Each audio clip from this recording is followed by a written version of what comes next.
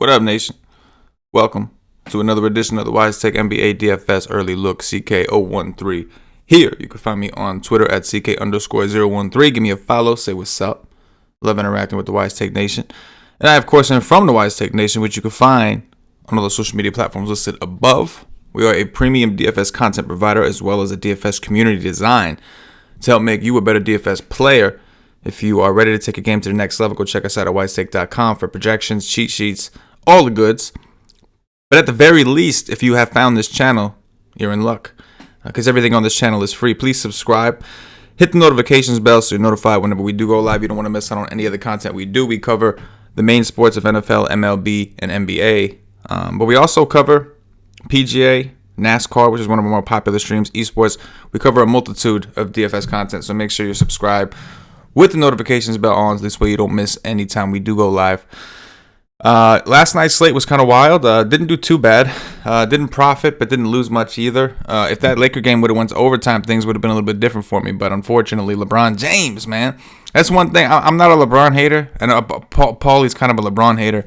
A lot of people I know are LeBron haters. I'm not a LeBron hater, but one thing I cannot deny, and obviously part of this is because of yesterday, me being a little bit better. But what I can't deny is LeBron hasn't always been clutch. And yesterday, missed a layup at the basket, man, to tie the game. I give him props for going to the 2 and not just immediately taking the 3. But what sucks is he missed that first layup.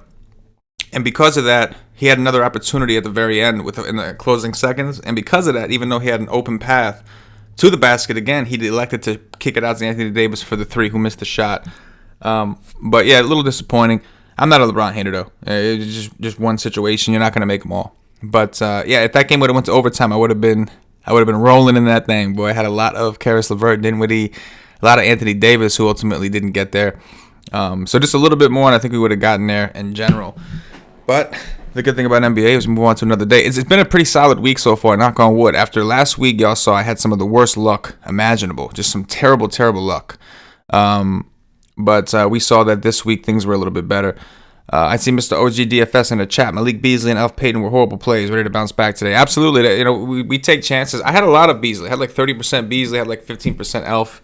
And obviously they didn't get there. But even with some bad plays mixed in, that's why we preach mass multi-entry so much. And the importance of using our projections, all that kind of stuff. Because you want to make sure. I did end up fairly balanced in that a lot of times there'll be slates where I have like 80 or 90%, maybe even 100% of a player or 2 players. But last night it was kind of all, I think 47% was the highest that I had. And it was because it was a big slate and there were a lot of plays that were pretty close to each other. So, you live and you learn.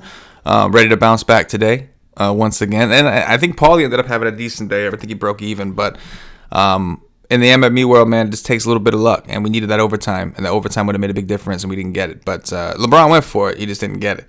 With that said, we're going to dive into today's slate. It's not that big, so it shouldn't take us too long. If you haven't hit that like button yet, guys, please make sure you hit that like button. The likes go a long way, really help us out, allow us to continue to do the dirty, continue to do the content. YouTube refuses to push us for whatever reason. They keep on putting other companies ahead of us, other YouTubers ahead of us, even though I really don't think their content comes close to what we offer here. But it is what it is, can bitch and complain, and I will at times. I'll vent to y'all, just like I'll let y'all vent to me. But we really need y'all's help to push us and get the message across. So it's a movement, what we're doing here. It's not just a community. It's a community, but it's a movement. It's a thing. So I need y'all's help with the likes, also sharing on as many social media platforms as you can. And it goes a long way. It really, really helps us out. It allows us to continue to do the free content. So with that said, let's go ahead and jump into this. First game, we got the Detroit Pistons visiting the Philadelphia 76ers. We've got a 211.5 total. That's down from 215. The Sixers currently 11-point favorites at home. In terms of scheduling, our boy Jay Irv once again with the free schedule notes article at WiseTake.com. I highly recommend you guys check that out. Matter of fact, I'll drop the link in the chat, which I should be doing on a reg, but sometimes I don't always get around to it. I'll drop the link in the chat. That's for the schedule notes. Completely free article that our boy Jay Irv does to make sure that we're up to date with the schedule. We understand who's playing, when they're playing. Travel is huge in the NBA. Rest is huge in the NBA. You often find mismatches. With that said, the Detroit Pistons working with 2 days rest. Philadelphia working with 3 days rest. So Philly's nice and rested after their West Coast road trip. Starting with the Detroit side, we know that John Henson's ruled out, so add him to the list with Derrick Rose and all these other guys. Because of that, Thon Maker is projecting well for us on DraftKings at 3,100. I don't mind it. I don't think that they'll play Maker a ton. I think they'll find ways around that. Maybe we see more small ball with Jordan McRae, although Embiid could be back, so we'll have to wait and see what these lineups look like. But in the meantime, I think Thon is a fine value play, but I find it hard to believe that they'll really consistently play him a ton. They really haven't liked playing him all that much, which is why Henson kind of won. I do think that this could lead to extended minutes for Christian Wood. It's not the greatest matchup if Embiid's down there just in terms of the defensive front, but if Embiid is out, then I think Wood's matchup gets a little bit better. I know Horford's a decent defender in terms of fours, but not really a bang-it-out type center, so we'll have to wait and see. But it wouldn't surprise me. Now, there's obviously a scenario where Detroit gets their teeth kicked in. They are 11-point underdogs, and if that happens, then maybe Thon Maker gets his run in garbage time. It becomes a decent play, but there's also a world where Christian Wood sees like 38, 39 minutes. They've done it before. And I think the rest of this year for them is about seeing what these guys have, the ones that they're left with. So we might raise Christian Wood's projection depending on what we get back in terms of feedback throughout the day. But something to keep an eye on. Jordan McRae projecting well on FanDuel at 3,700. Not projecting poorly on DraftKings either. The minutes haven't been where we want it to be. And Brandon Knight is back, which reminds me I should probably reorder this because I made a couple changes. Brandon Knight missed the game over the weekend, but he's back. Brandon Knight's usage has looked awesome. So what we did, I think we reduced the minutes from Bruce Brown back down to around 30 and a half or so. He played like 36, 37. I don't think he will with Brandon Knight there. I think they'll alternate. And I expect Brandon Knight, even if I have his minutes up at 33 to reflect the usage that he's had when he's been in the game, it's been solid. He'll probably play closer to 30, which I think Bruce Brown will pick up closer to 30 as well. They'll probably spend some time on the court together. But all in all, it's not a huge slate, but there's still plenty, I guess.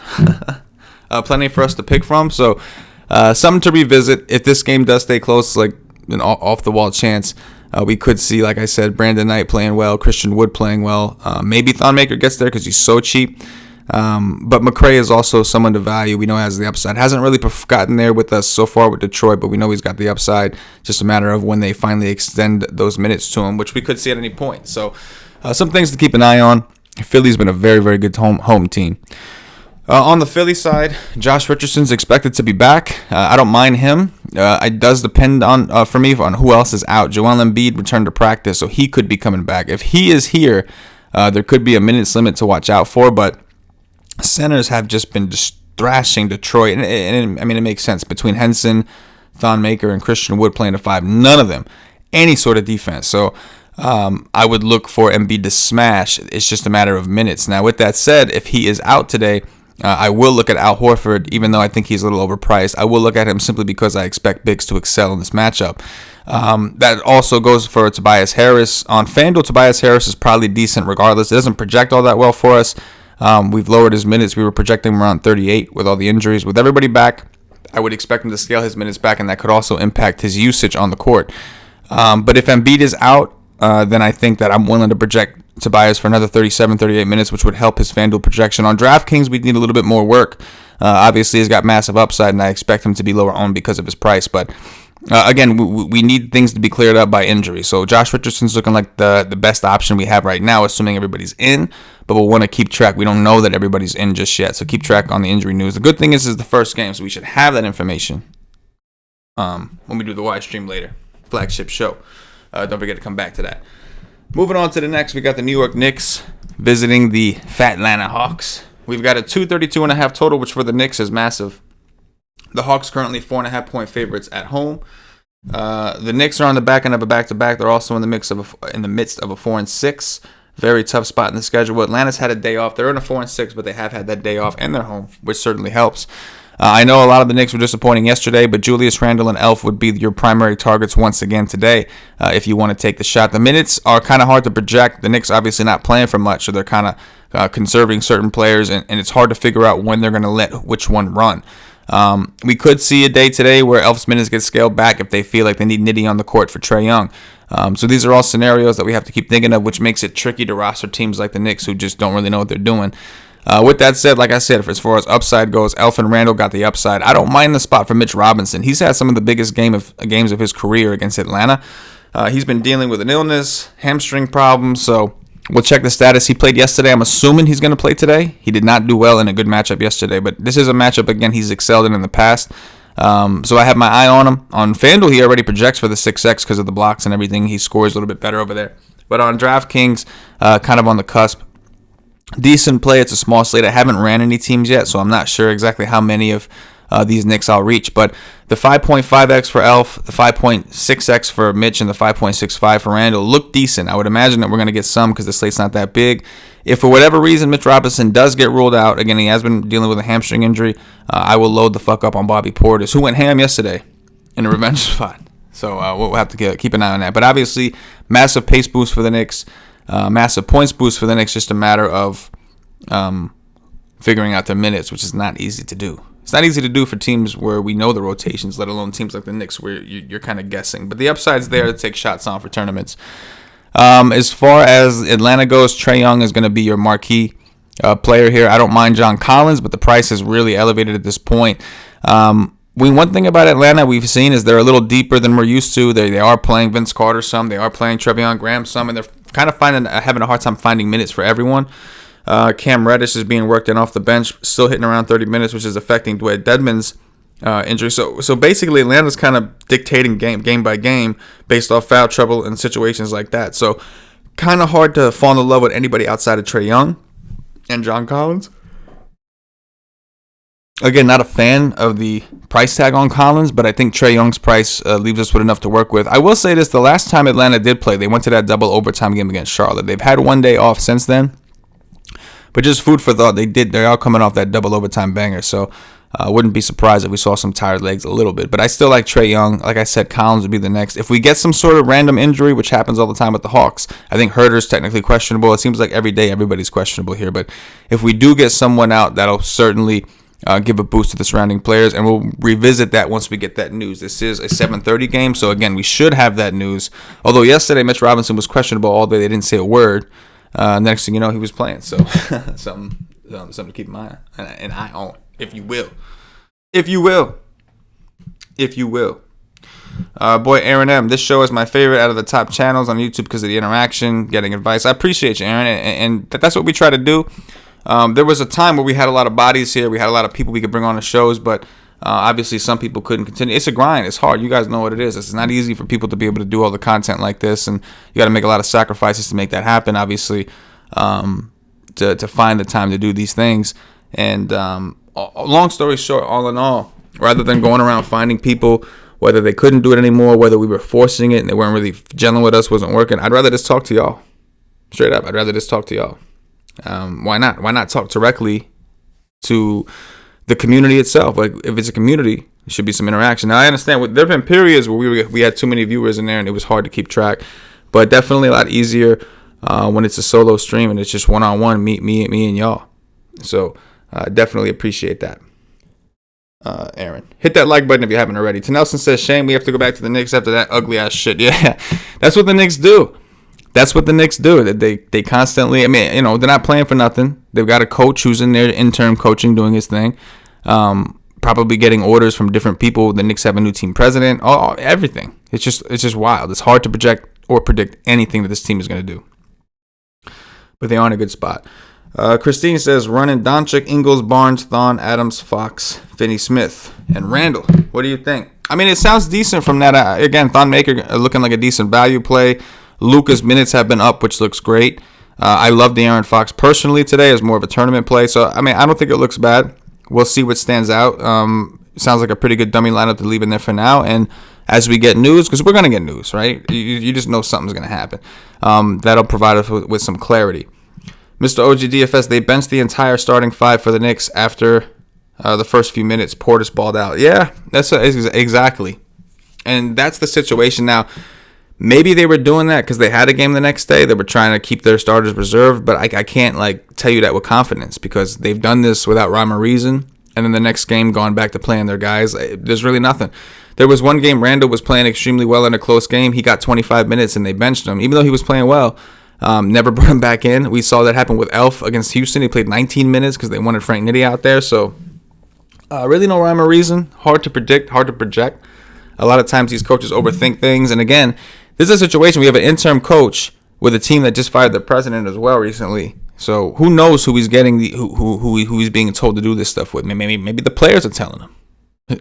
I mean, I doubt this. It's like the starters because they want to play, you know. Christine says, so Doncic over Young. That's an interesting question. Doncic is on the back end of a back-to-back. However, Trae Young, while he's had a day off, is coming off that double overtime game. So it's kind of interesting. I think it depends on the value that we have available first, but and then also weigh in ownership. Who do we think is going to be more popular? As of right now, let me see if I got anything for ownership right now. Kind of see. Patch is kicking around under my feet doing his thing over there. Patch is getting big, nation. As of right now, Luka's expected to be the chalk going into Denver.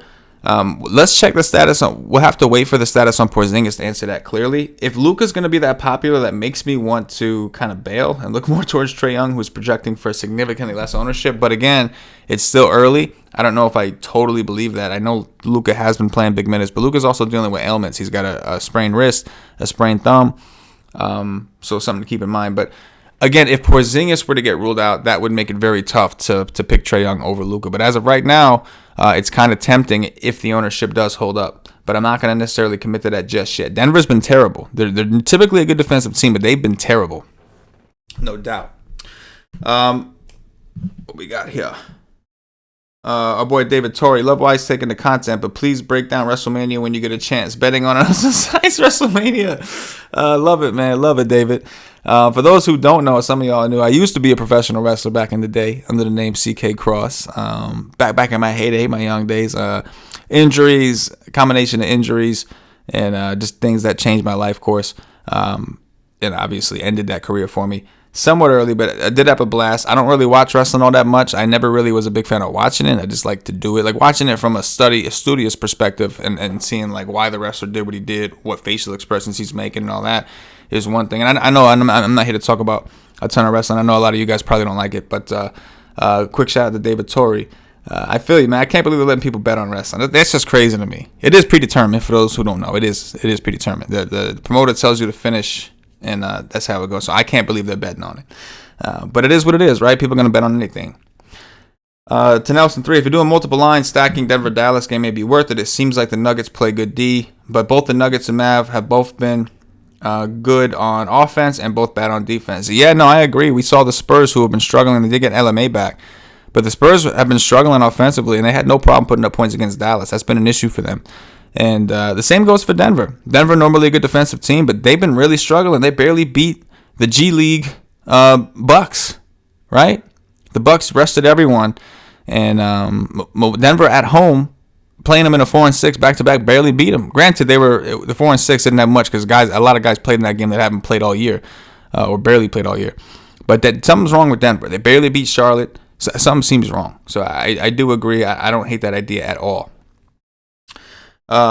Christine says, if I take Young, I can get rid of Ingles and get RJ Barrett. An option for sure. RJ Barrett is playing around 30 minutes. I would like to see him get a little bit more than that. That would make me feel better. Doesn't necessarily project well for us on DraftKings, but on FanDuel, I think 4,800. There's still some room on his price, so I don't hate that idea.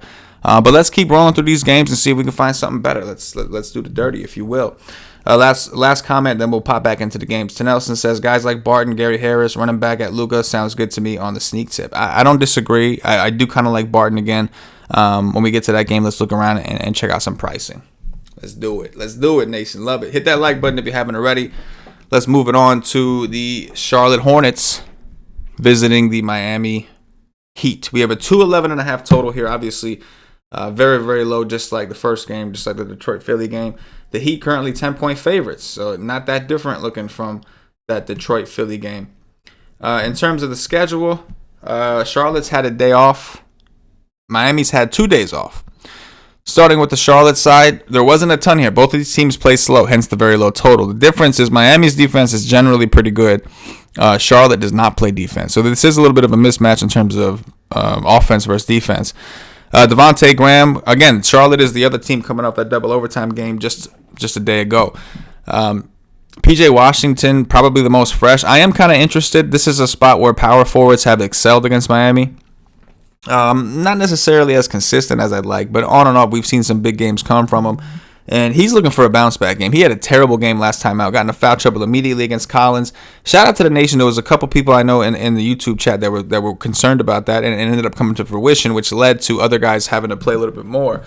But I think PJ is kind of an interesting bounce back candidate. Devontae Graham, obviously, if you're looking for that ceiling, is fine. Miles Bridges' minutes have been down. It's kind of disappointing. I thought he was playing really well. I'm not really sure why his minutes have come down so dramatically.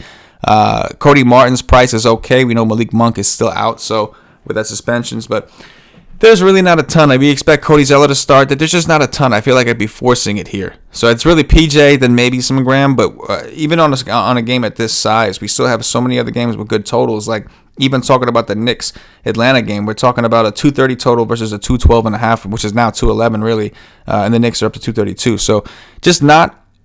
It's not that I don't like this game necessarily. It's this particular side I'm not thrilled about.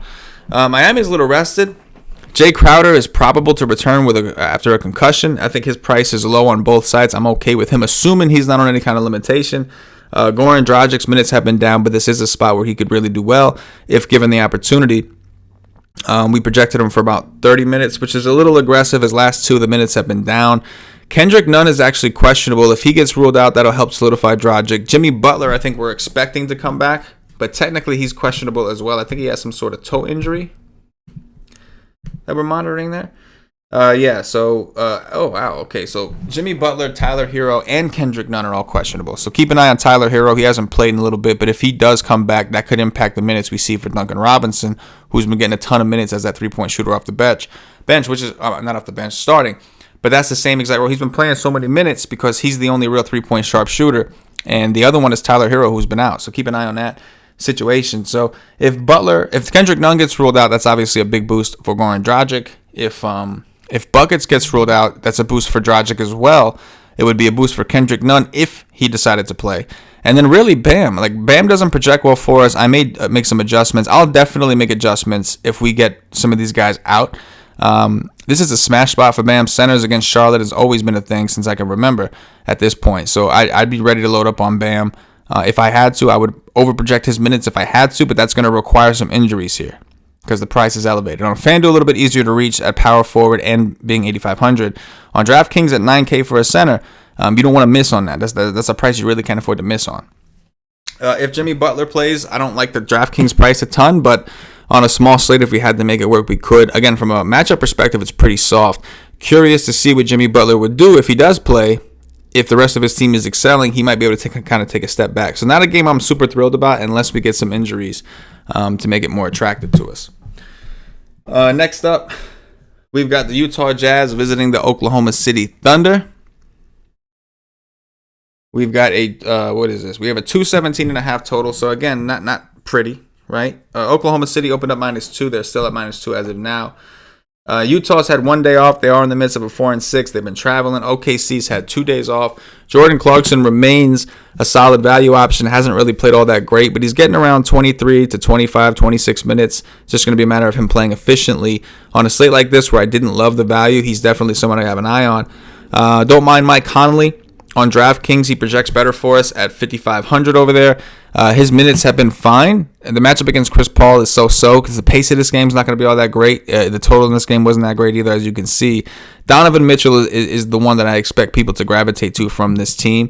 And for good reason. This is a spot where players in his position have done well against Oklahoma City in the past. He's obviously been really inconsistent. When he has an inefficient game, it's pretty terrible. His floor is really low for a player that's consistently priced in the sevens. On both sites, but obviously he's got the ceiling. He's coming off a terrible game against Toronto. This could be a bounce back game, but we've seen him also fall into funks where he struggles to pay his price off, and they lower his price to a tempting point. He just struggles every single week to hit it. But this could be a pretty good spot for him. Again, just not an overly exciting game. Rudy Gobert, they're going to need him on the court a lot for Adams. However, Adams' minutes have been somewhat down. Maybe that means Adams plays more today against Gobert. Just hasn't really been aggressive. So I don't want to ignore the game.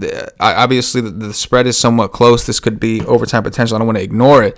but I'm not terribly excited about it either. They do project better than the Charlotte-Miami game as of now as a whole, but that's mainly because of Clarkson, I think. On the Oklahoma City side, Nerlens Noel projecting pretty well for us. Let me just take a look and see, make sure I don't have his minutes too high. He played 22 against Boston, 5 fouls, 19 against New York. I don't want to necessarily assume that he's going to play another 19, especially because Adams probably fits better against the Gobert thing. So I do think I'll lower him to 18. He was at 18.75 anyway, so it wasn't too far off. But I'll lower him to 18. I really don't mind him, but I also don't want a substantial exposure to him because I don't think the 19 minutes or 18.75 that he was projected for is exactly reliable. So with that said, Danilo Gallinari projects well for us. Again, he kind of seems to be in a little bit of a funk, struggling to hit 30 DraftKings points, but his price on DraftKings is not far off. We know that he, anywhere from like that 25 to 36 range, he's more than capable of. And if he happens to get you closer to the 36 or higher, then he's obviously giving you some pretty good returns on his price. Shai Gilgeous-Alexander's price has come down a bit, making him a little bit more attractive on DraftKings at 6,300. He's been dealing with a little bit of an injury, but I expect him to play. He's not getting the monster 38 minutes that he used to get, but still a player to keep on our radar. Steven Adams' price is really low, and we might have his minutes a little too far down. I mean, his minutes have been down in general. There's a reason that we projected him where we did, but again, this is a spot where they could end up deciding to play him a little bit more with Gobert out there. So we'll have to take a wait-and-see approach. So I think in general, I'm probably going to raise him a little bit. 27 is probably a little too low. Lately, he's been doing that 26, 27 or so, but I don't think 28 is a stretch, and that 28 could really help his projection pop. So if I give him another minute here, we should see that. There you go. Now he's 5.58x, 5.45x, because the price is low. So Adams, I do think, is kind of an interesting option here. Dennis Schroeder's price has increased. He's been playing fairly well, but with the elevated price tag and everybody healthy, it makes it kind of tough to get to. I guess the last guy to talk about is Chris Paul here. Obviously has upside. We would like to see, like last time, Shai Gilgeous-Alexander missed, so he kind of went nuts. But with everybody healthy, his price is kind of where it should be. Mike Conley, not a terrible defender, nor is Chris Paul. So that matchup could be kind of stale. But I think Adams and Gallinari are the two that I have the most interest in from the Oklahoma City side. I'm going to pop in that chat. I think we got 2 games left, so I'm popping the chat real quick. Talk to my peoples. Talk to my nation real quick. Getting some shit on the quality. Y'all let me know. YouTube's trying to tell me something about the quality. I don't know. I've never seen this error before. But y'all tell me if there's some issues with the quality. Ted Nelson says, I do like Barrett. Good call, referring to Christine over there. I don't mind Barrett at all. Terry Rozier still fail at 6,100. I don't hate it. He's going to be low owned as fuck against Miami. Yeah, Ted Nelson, that's true. He is going to be low owned, and the price isn't terrible. Hate this game. Maybe some Bogdanovich. That's about it. Gallo's been trash. He'll probably smash because I'll have none. That's how it goes, right? That's always how it goes.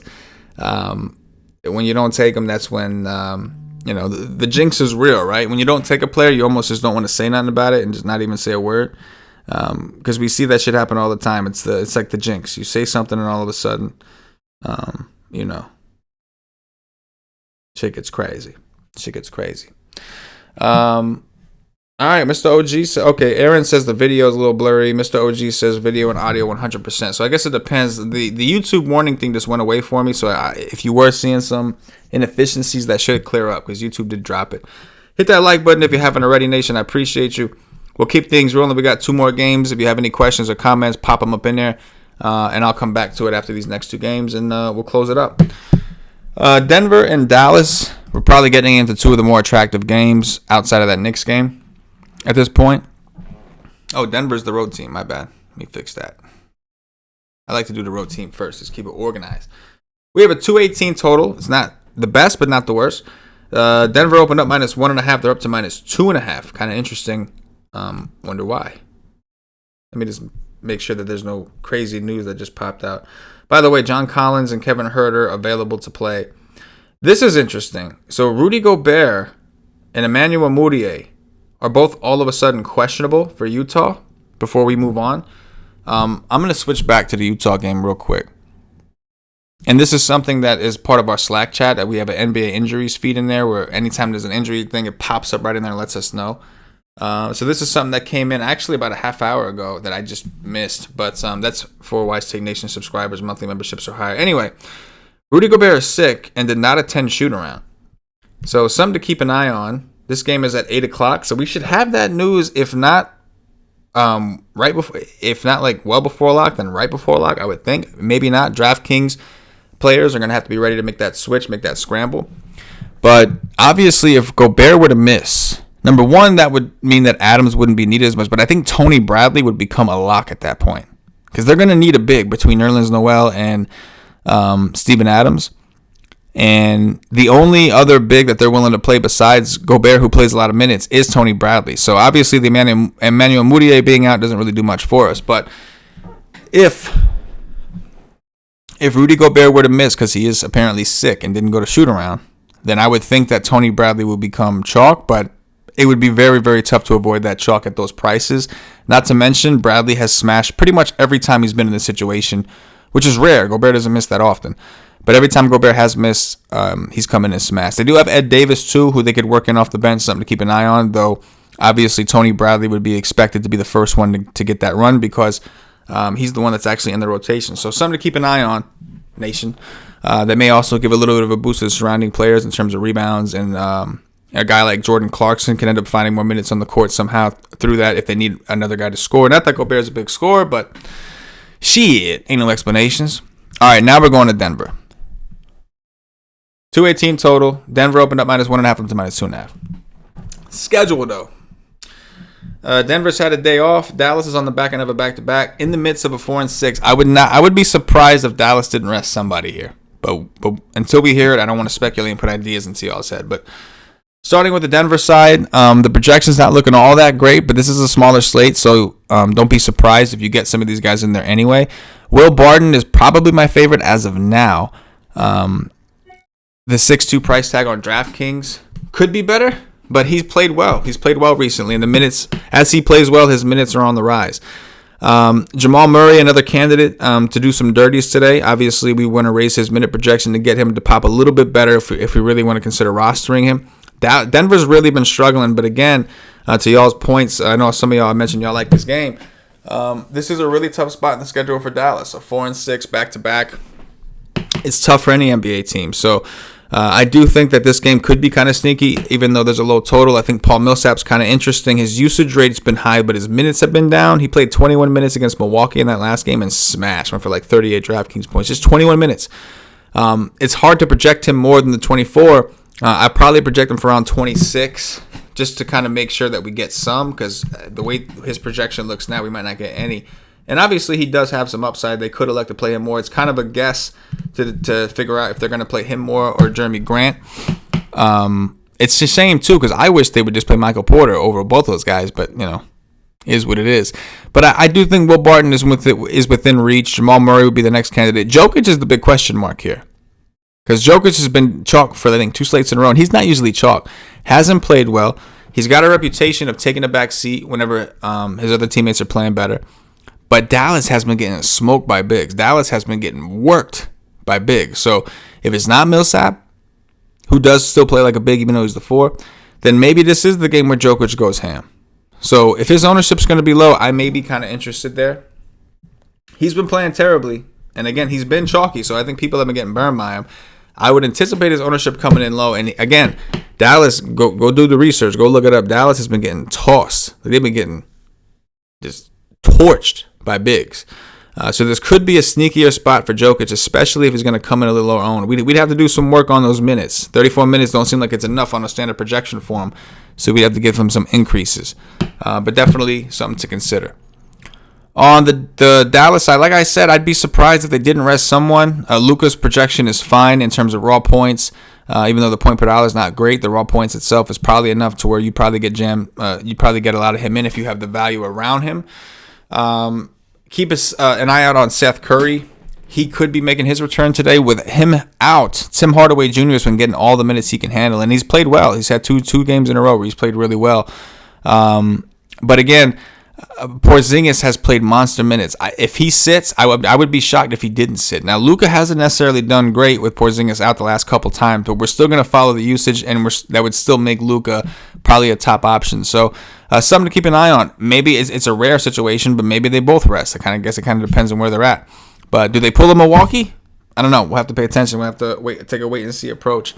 But in the meantime, Luka obviously right now expected to be chalky, and that's not going to get any lower with Kristaps Porzingis if Kristaps Porzingis does get ruled out. If Porzingis plays, I don't hate Porzingis. This game is not in Denver, so we don't got to worry about the altitude. Porzingis, even though he didn't play well yesterday, he did play like 38 minutes, and he has been getting a ton of minutes. So again, I'd be a little shocked to see them both get full run today. So a situation where right now it's really just Luka, but if Porzingis gets ruled out, we have to consider Maxi Kleber. We'd have to consider some ancillary pieces depending on the status of Seth Curry. And obviously that would make Luka much, much harder to fade or go underweight on at that point. But for the time being, Luka does look like a pretty awesome stud. He's been playing extremely well. But we're going to want to check on injury. Again, and the worst part is this is one of the later games, right? This game, what's at 8 o'clock? It's not that late. So hopefully we get that information. But something to keep an eye on it. They haven't been willing to play Porzingis in back-to-backs a ton, and his minutes lately have been elevated. So if they were ever going to sit him, this might be the time when the back can have a back-to-back 4 and 6 against a struggling Denver team. So we will revisit. But we need the information. We need the injury news. Patches, what you doing, boy? You kicking my feet down there? Playing footsie with me, boy? All right. Last game, and then I'll pop back in the chat, and we'll end it. I'll wrap it up with y'all. We have the New Orleans Pelicans, the Nolans Pelicans, visiting the Sacramento Kings. We have a 233 total, which I believe is the highest on the slate. Half a point above the Knicks Atlanta game. We have a 1.5 point spread. Kind of surprising with how good New Orleans has been playing. In terms of, they are favored. New Orleans has had 2 days off. The Kings have also had 2 days off. So these teams are pretty rested. This is my favorite game of the night. No surprise. I like the late games because they typically come in lower owned. No surprise, I like fast-paced matchups. I like high Vegas totals. This one kind of has it all. The Kings not as fast as they were last year, but their defense still sucks. And New Orleans is fast enough for the both of them. Starting with the Pelicans, you'll notice that Nicolo Melli's price, I can't say his damn name, has come down. He's played really well. 26 minutes against Minnesota, went for 24 DraftKings points. 24 minutes against Miami, went for 22. So the production hasn't always been there, but he does look to be one of the stronger value plays when you consider the minutes have been fairly consistent.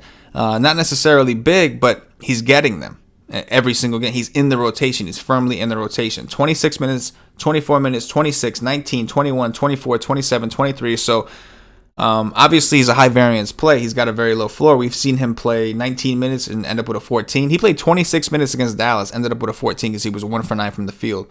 And he hasn't actually shot all that well recently, which is a specialty. However, he's also got pretty good ceiling with those limited minutes. Against the Warriors, in 23 minutes, he went for 32 DraftKings points, which at 3.7 on DraftKings, you'd love. So I do think he's an interesting value play. I'm interested. I'm sure Paulie's going to like that one. He always has love for Melly. Brandon Ingram's playing big minutes. The price is elevated.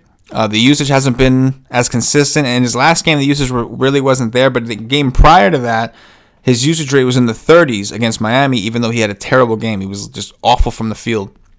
So I'm interested in all these guys. Him, Zion. Drew Holiday's been on a tear. A little tough to reach him these days, but he's been on a tear. And this is a situation where I feel like they're going to want him on the court for De'Aaron Fox, maybe even Buddy Hield. Holiday is still, even though he got cooked. He got cooked by Luka. He did. He got cooked by Luka. We all saw it. But even so, he's still one of their better guard defenders, no doubt. So I got some respect for him. Lonzo Ball's been playing extremely well in general. His minutes have been awesome. He's the one that it seems like difficult to reach, but he's also the one that I anticipate to have the lowest ownership of. Just to give a food for thought, Lonzo played these guys on January 4th of 2020. He played 33 minutes, and he went for 55 DraftKings points. So we'll want to check and see who was in, who was out before we really, consider that. But just food for thought. Sacramento's defense is bad. And Lonzo was 9 for 19 from the field, but he had 10 assists. That was really the big reason he got there. So something to keep in mind. But I'm heavily interested in this game right now. And on top of that, it's like more of a mid-tier game, so I wouldn't need a ton of the value that I'm unsure of. So as of right now, I think my game plan is going to be to try to attack this game the most. I think favors you can work in there. Like I said, Holiday, Zion, Ingram, Melly for value. Don't mind Lonzo Ball. Might have to do some crazy shit to really reach Lonzo Ball, but it's a cold world, and we want to take some chances and do what we got to do. Let's move over to the Sacramento side of this. They're getting massive pace boost. They can be difficult to figure out because their rotations aren't great. The minutes aren't always there for everyone. De'Aaron Fox is your first candidate, and I'm cool with De'Aaron Fox. Might have his hands full with the likes of Drew Holiday or Ball, whoever they put on him. However, there's going to be so much pace in this game. He's going to have the ball in his hands so much that it's really hard to pass up. Harrison Barnes is getting a ton of minutes. His price is somewhat elevated.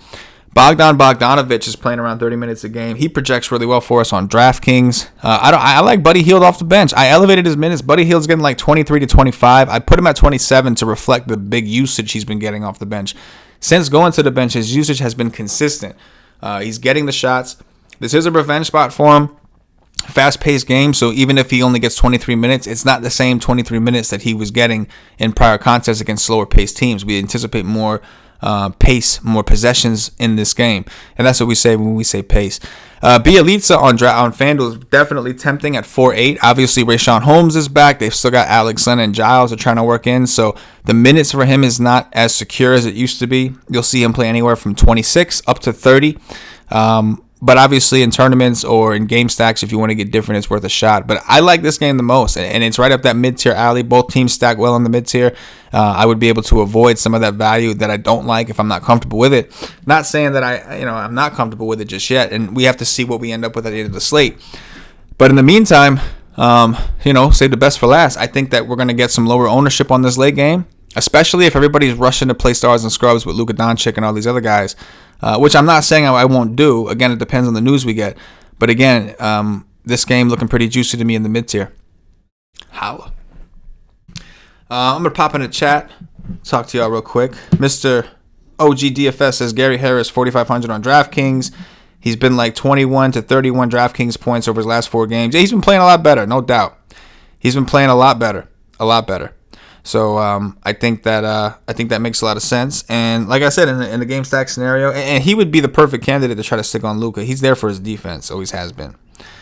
Craig Lauder says, I appreciate your product and the way you blend projections with a human common sense element. I've been listening for a year. You get down to business, but add a bit of fun to the podcast. I appreciate you, Craig. I appreciate you. Kind words, man. Kind words. Says thanks for helping me become a better DFS player. Much appreciated, Craig. Really much appreciated. That's what it's all about. That's why I do this, man. DFS is something I'm going to play regardless. This part of it, though, the community aspect, me starting WiseTake, starting the YouTube channel as well as the company, everything like that, that's more for me to keep this industry growing, to keep this industry good. Because in reality, if y'all are not winning, if y'all are not getting better, you're not going to keep playing, right? You're not going to just keep donating to this DFS industry and knowing you're going to lose every day. It's not going to happen. So I take it upon myself, and I think a lot of players that have been doing this for a while should kind of reinvest their time, at the very least their time, into the industry, into the community, and help y'all learn, help y'all get a little better. And I get better too. It's not like I don't learn from y'all. I learn from y'all too. Y'all ask awesome questions. Y'all keep track of things. It's hard to keep track of everything at all times when you're running a business, running a YouTube channel. Trying to stay on top of content, projections all day, everything. So it works both ways, man. I appreciate y'all, I really do. And I get just as much from these as I hope you guys do. To Nelson says, if Zinger is out, you can get Luka, Joker, Barton, MaxiPad, Harris. Something telling me to run a stack or two of this one. I don't disagree, man. Follow your gut. If that's what your gut's telling you, do the dirty, bro. Do the dirty.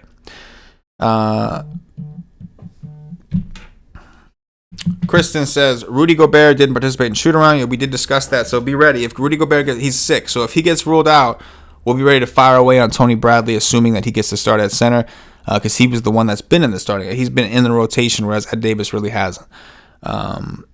So anyway, Nation, that's going to do it for us today. Appreciate those of you who are hanging out with us, rocking with us. Hit that like button if you haven't already. We will be back with the flagship show at 5 p.m. Eastern for the Wise stream, so don't miss that. Making sure, hopefully, we get some news, some clarity on the slate by then. But it's looking like a pretty good one. It's manageable. What is it, 6 games? Definitely in our wheelhouse. So I'm looking forward to it. Looking forward to making some money tonight. Looking forward to see some screenshots from y'all tonight. Let's do it. I'll see y'all back at 5 p.m. Hit that like button on your way out if you haven't already. For myself, the entire WiseTake Nation, as always, good luck.